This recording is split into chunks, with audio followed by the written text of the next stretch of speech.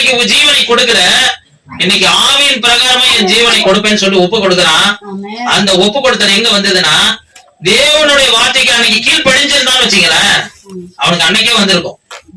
அவன் வார்த்தை அன்னையில இருந்து அநேகமாயிரம் பேரை ரசித்திருக்கும். ஆனா தேவனுடைய வார்த்தைக்கு மாம்ச பிரகாரமா அவன் அன்பு கூர்ந்தான். அன்னைக்கு அநேக பேரை ரசிக்கல, அன்னைக்கு அநேக பேரை ரட்சிப்புக்குள்ள நடத்தல. ஆனா ஆவியின் பிரகாரமாய் மரித்து உயிர் தெரிந்த பிறகு இயேசு வந்து பார்த்து, இங்க பாருப்பா உனக்காக அழைக்கப்பட்டவன் அப்படின்னு அவன் செய்த குற்றத்தை அவன் சொல்லல. இவ்வளவு நாள் நீ என்கிட்ட வரல, என் பேச்ச கேட்கல, நீ இப்படி எல்லாம் நடந்து கொண்டன்னு அவனை குற்றப்படுத்தல. அவனை நேசித்து அடுத்தடுத்த பணி அவனுக்கு கொடுத்தாரு. அதை போய் அந்த வல்லமையோடு செய்தான். ஆவியின் பிரகாரமா அநேக பேரை ரட்சித்தது. அல்லேலூயா. எத்தனை பேரா? ஃபர்ஸ்ட் பிரசங்கத்திலேயே 3000 பேரை. அல்லேலூயா.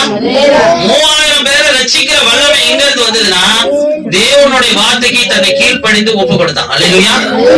என் ஆடுகளை, என் ஆட்டுக்குட்டிகளை மேய்ப்பாயாகன்னு சொன்னார். ஃபர்ஸ்ட் என் மேல அன்பா இருக்கிறாயாப்பா அப்படின்னு பேதுருவை பார்த்து கேட்கிறாரு. ஆமா ஆண்டவரே அன்பா இருக்கிறேன்னு சொல்றா. என் ஆட்டுக்குட்டிகளை மேய்ப்பான்ற. திருப்பி கேட்கிறாரு, என் மேல அன்பா இருக்கிறாயா பேதுருன்னு கேட்கிறாரு. ஆமாண்டவரே உங்க மேல அன்பா இருக்கிறத நீர் அறிவேன்னு சொல்றான். என் ஆடுகளை மேய்ப்பாயாகன்னு சொல்றாரு. மூன்றாவது வார்த்தையும் கேட்கிறாரு, அன்பா இருக்கிறாயாப்பான்னு. போய் மனம் கசந்து அழுது, நான் அன்பா இருக்கிறதெல்லாம் நீர் அறிவீர் ஐயா அப்படின்னு சொல்லி 3 முறை மறுதளிச்சான்ல. அந்த 3 முறையும் கேட்கிற, என் மேல உண்மையா அன்பா இருக்கிறாயப்பா, என் ஆடுகளையே மேய்ப்பாயாக. அவன் தான் இந்த சபைக்கு, இந்த பூமியில இருக்கிற எல்லா சபைக்கும் முதல் தலைவனே. அந்த மனம் கசந்து அழுது தன்னுடைய தேவனுடைய வார்த்தைக்கு கீழ்ப்படிந்தான். பாத்தீங்களா? அந்த கீழ்ப்படிந்த பேதுரு தான் இன்னைக்கு அநேகம் ஆயிரம் சபைகள் இந்த பூமியில இருக்குதுன்னா அத்தனை சபைகளுக்கும் முதல் தலைவன் பேதுருவை தான் வைத்தார். அல்லேலூயா. எவ்வளவு பெரிய ஆவிக்குரியவங்களா இருந்தாலும் அவனுக்கு அடுத்தவதான் வைத்தார்.